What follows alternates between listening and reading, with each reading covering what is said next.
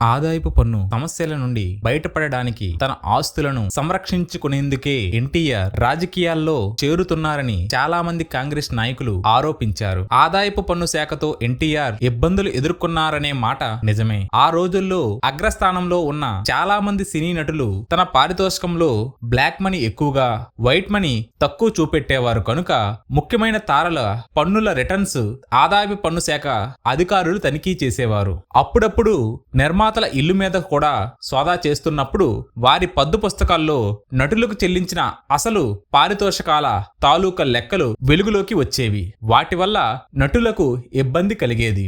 ఎన్టీఆర్ విషయంలో ఆయన తీసుకునే పారితోషికంలో తక్కువ భాగం ఆదాయంగా చూపిస్తున్నారని ఆదాయపు పన్ను అధికారులు అనుమానించేవారు. వివిధ మూలాల నుంచి సాక్ష్యాలు సేకరించి వాటి ఆధారంగా ఆయన ఆదాయాన్ని మదింపు చేసేవారు. కొన్నిసార్లు పుకార్ల ఆధారంగా కూడా మదింపు జరిగేది. 1980 జనవరి 11న సూపర్ మ్యాన్ సినిమా నిర్మాత ఇంటిని ఆదాయ పన్ను శాఖ అధికారులు తనిఖీ చేశారు. అక్కడ దొరికిన కొన్ని పత్రాలు విడిగా ఉన్న పద్దు కాగితాల ప్రకారం ఎన్టీఆర్ కు ఆ సినిమాలో నటించినందుకు 6,60,000 రూపాయలు పారితోషికంగా చెల్లించారు. కానీ ఎన్టీఆర్ తన పద్దులో 1,15,000 రూపాయలు మాత్రమే పారితోషికంగా చూపించారు.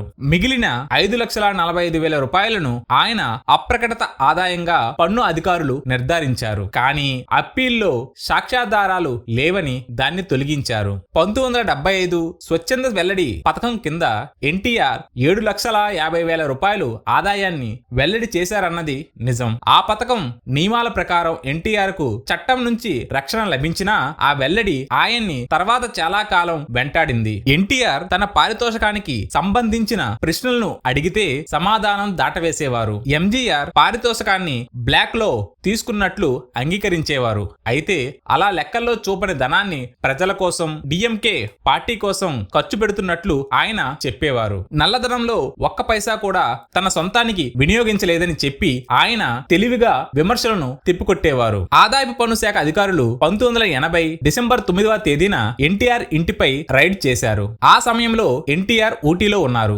ఆయన ఇంటి వద్ద ఏమీ దొరకలేదు. కానీ రామకృష్ణ స్టూడియోలోని ఆయన గదిలో 1,24,300 రూపాయలు నగదు దొరికింది. ఆ నగదు గురించి స్టూడియోలో ఉన్న ఎన్టీఆర్ కుమారుడు జయకృష్ణను ఆదాయ పన్ను అధికారులు ప్రశ్నించగా ఆయన సరైన వివరణ ఇవ్వలేకపోయారు. 1,00,000 రూపాయలను అధికారులు స్వాధీనం చేసుకున్నారు. ఆ తరువాత జరిగిన పన్ను మదింపులో ఈ 1,00,000 రూపాయలను పద్దులో చూపని ఆదాయంగా కలిపారు. దొరికిన నగదు తాను లెక్క చూపిన ఆదాయానికి చెందిందేనని తన పద్దు పుస్తకాల్లో చూపించిన నగదు నిల్వలో భాగమేనని అధికారులు చూపి ఎన్టీఆర్ అప్పీల్లో నెగ్గారు. ఆ విధంగా ఈ సోదా కూడా ఆయన్నేమీ ఇరుకన పెట్టలేకపోయింది. ఆదాయ పన్ను డిపార్ట్మెంట్ తన డాగ కన్నును ఎన్టీఆర్ మీద వేసి ఉంచేదని కాదనలేని నిజం.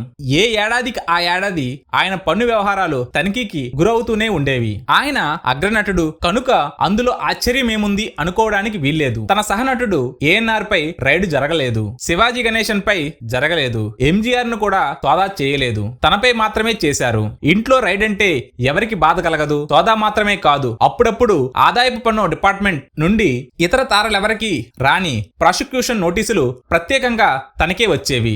ఇవి ఎన్టీఆర్ ను బాధ పెట్టేవి. ఆదాయపు పన్ను మూలంగానే ఆయన రాజకీయాల్లో అడుగుపెట్టారు అనే కాంగ్రెస్ నేతల ఆరోపణకు ఆధారాలు లేకపోయినా అది కూడా ఆయన నిర్ణయానికి ఒక కారణం అని అనుకోవచ్చు.